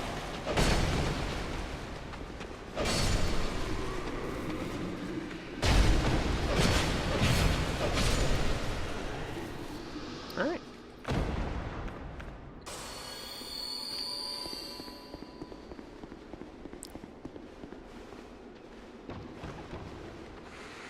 Are these guys gonna aggro? I don't think so. Maybe? Hear them in there. You coming? Okay. Here's your food.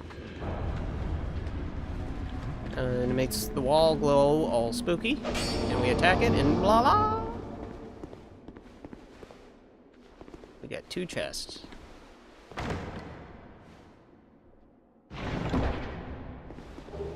Titanite slab. These are for much later in the game. They're upgrade materials that I forget the exact numbers, but it's pretty far off. And the Chloranthy ring, one of the best rings. Yeah. It increases your stamina recovery speed, which is very useful. Also makes you glow. Like somebody just put a Photoshop filter over your character. There is a mod to get rid of this, and I'm probably going to use it next time I play this game, because that can get kind of obnoxious.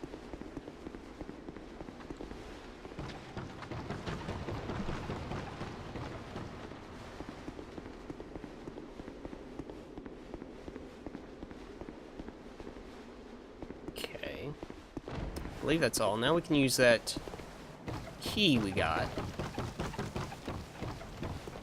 So we need to go back here. And you can tell the Malintia The hag woman has moved on. We will find her in Majula.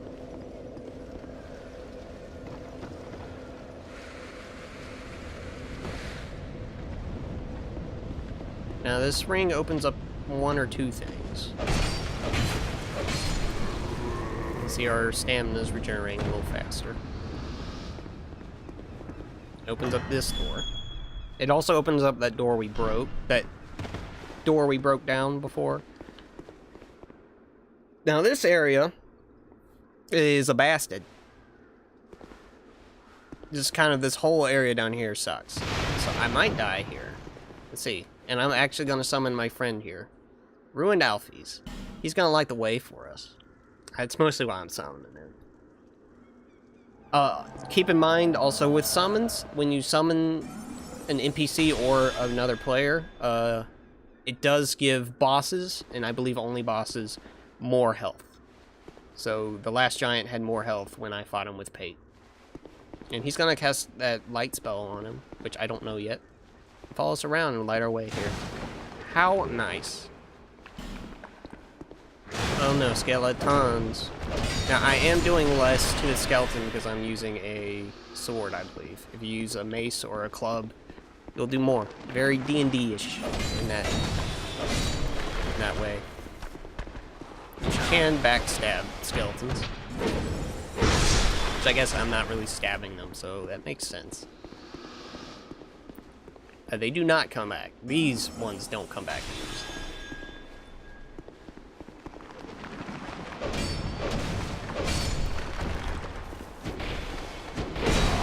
Oh, get out of the way, Alphys.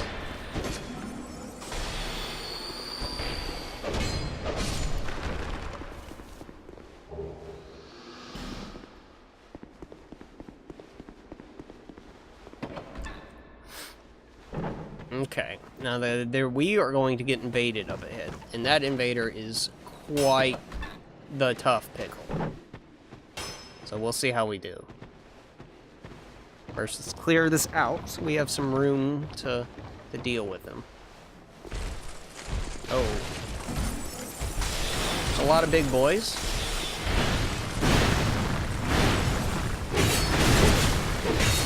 Let Alphys take our heads. Oh, I forgot they could do that. Yeah, they can just fall backwards. They make full... Oh, he fell down. They make full use of their unique armor here. You cannot backstab them either. Ooh, we got their armor. That's kind of a rare drop. We can't wear it. You see, it puts our equip load percentage over there by 150%. So we'll roll like that, which is not good. I don't want to do that. Is that the guy? I don't know if that guy was moving. Okay. Old armor worn by ironclad soldiers provides high defense but extremely heavy. One day, warriors wearing decrepit armor emerged from Dranglake Castle and quietly assumed positions amongst the royal family. Not one of them ever spoke a word or revealed the face under the mask. Interesting. That will make more sense when we get to the area these guys are originally from, and I do not want to get hit by that. Okay, take a drink, please. I want to do that. Teach me how to do that, Alphys. A bastard sword.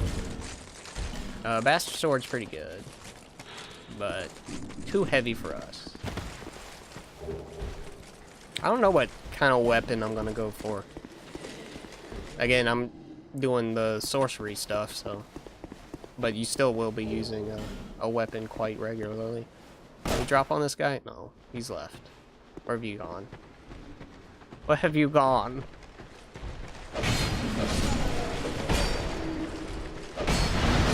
Good hit. There you go.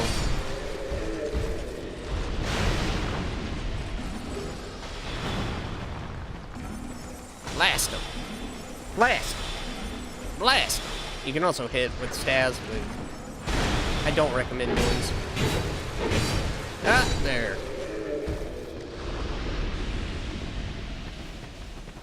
I saw you. I saw you. There. Oh, he's going back. That's right. Bye-bye, Alphys. They are on a timer, or when you get to a specific area, they'll go away. I guess this is where Alphys refuses to travel. I'm going to try to get this bonfire over here before... Okay. And there's our man. There's our guy. He's going to be pretty tanky, Armorer Dennis here. He's also going to do a lot of damage with his spells. And he's behind me, isn't he? Yep. Now he's going to do that, which can do a lot more damage than that, and that, which can basically demolish us. And as you can see, he takes quite a beating. Like, we have a pretty good sword for this part of the game. Didn't move him all that much. I am missing these parries quite badly. I gotta get out of here. I'm gonna try to keep him around this area so I can block his spells.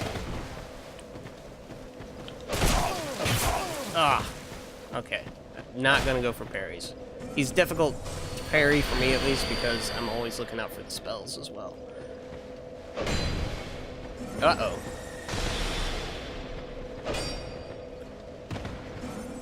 The AI in Scholar of the First Sin is pretty good for these NPC invaders, so... That backstab, there you go. Not a lot. Oh, our sword is going to break, but we do have repair powder, so I'm going to try to get away. There's another one of those giants corpses. And use it. Don't kill me. There we go. Okay, we're good. We will have no issue whatsoever. Ow. Anymore. Ow. Come on, Dennis. Come on. Hit me. Okay, don't. Not like that. Not like that. Alright. Alright, come on. Oh. Okay, I'll get you this time. I'll get you this time. No, I won't.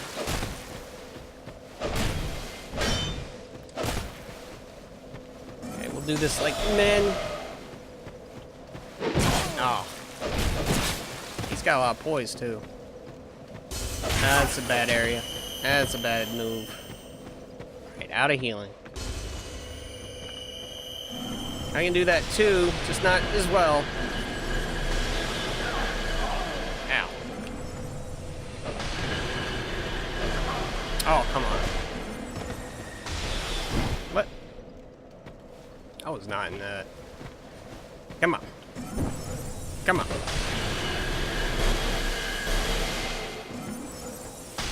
Stop casting stuff. You butthole.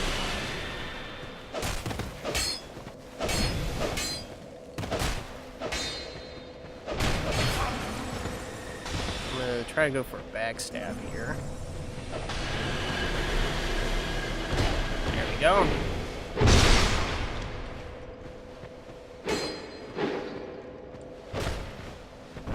Try again another.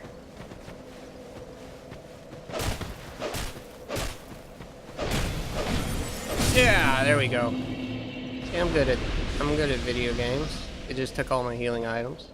Now I'm sad. Oh. But he just gives us human FG. He will be back though, so don't worry.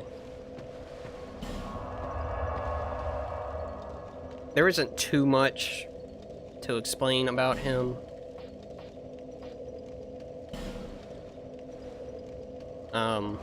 That I know of, at least. But he does come back, and I believe he's mentioned in some item description that we'll get to when we get to it. Alright, one more stop, and then we'll stop.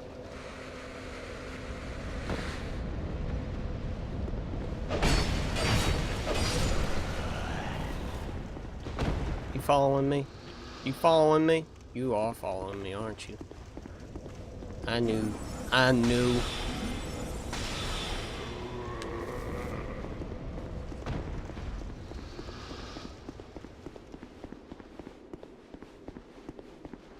It's over here.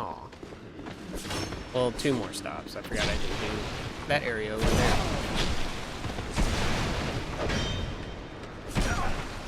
Come on. Come on. Come on. Alright. Alright. Alright, let's stop playing around, y'all.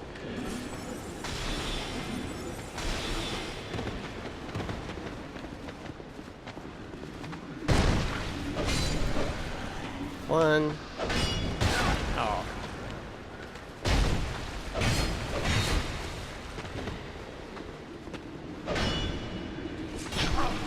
Oh, don't kill me. Oh, you should be dead. You should be dead. There you go. Thank you.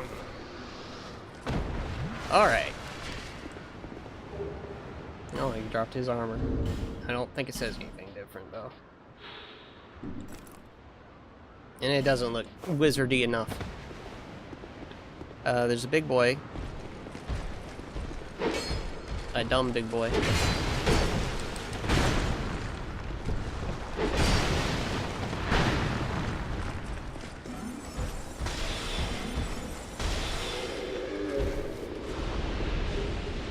Amber herb. And then this big freaking sword that you walk up that I'm sure is not a trap whatsoever. So I'm just gonna go up here, get this item, this cool item, this halberd. The halberds are pretty cool. Oh, and there they go.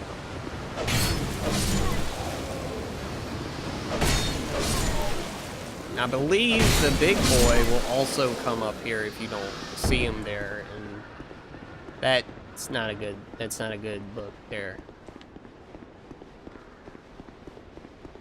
Alright, and we can open this door. And see a new type of soldier. Who are these? They're even more well armoredly outfitted than the soldiers beforehand.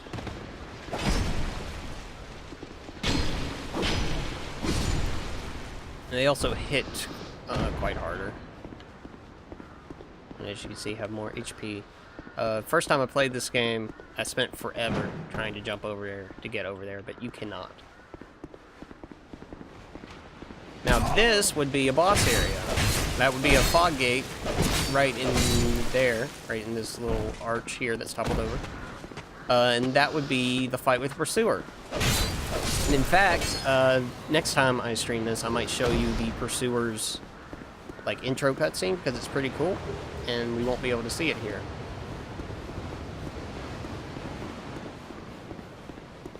Yeah, you would fight him here. I also couldn't show you the cool trick. If you can parry the Pursuer. You can't get a right riposte on him, which means you can't get the critical attack, but you can stay here and parry him, and he'll get stunned for a little bit with just enough time for you to come over here and shoot him in the ass with the ballista, which is neat. And another giant corpse with some soldiers beating it. Alas, nothing happened. Alas, nothing happened. There's one more thing to do up here, but first, I'm going to drop down here. Get this. A Drangleic sword and a bunch of armor.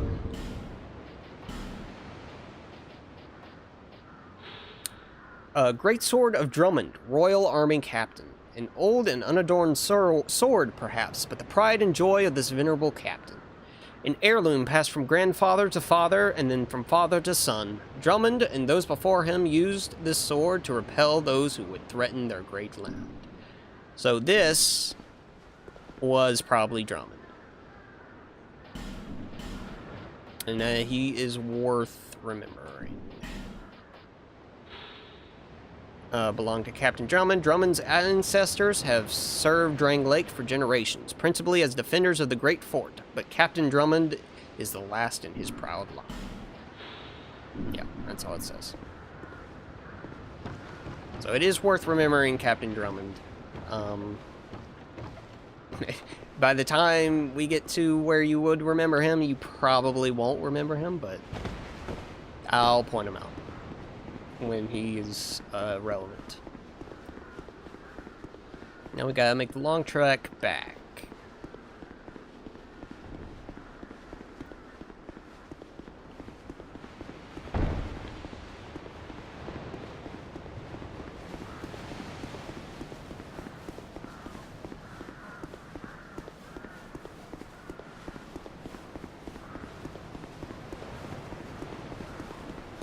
Now, as I said, we were supposed to fight the pursuer here.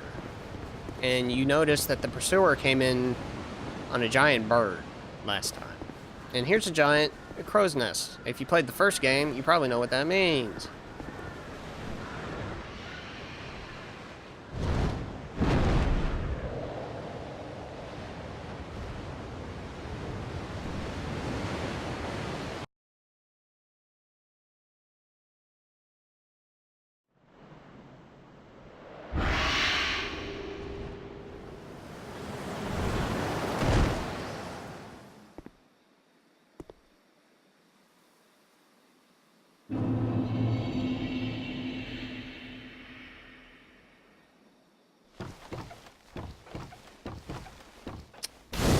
And that, ladies and gentlemen, was the Forest of Fallen Giants. There still is the Salamander Pit, but again, I'm going to go there later. Thank you for watching, if indeed there is anybody watching. I like doing this. It tears up my throat, and I think I got a lot to learn when it comes to live kind of talking. When I, like not moving the mic like that. When I used to do this YouTube stuff, it was all pre-recorded scripts, basically. And when I did my cringy-ass rant videos, which that's why they're private, to be honest, because, I mean, I'm not too embarrassed by them. I was just like 16, 18 years old. But, you know, they might come back, they might not. Whatever. If you want to see them, for some reason, I could give you the links, but for now, they'll be unlisted and privated. But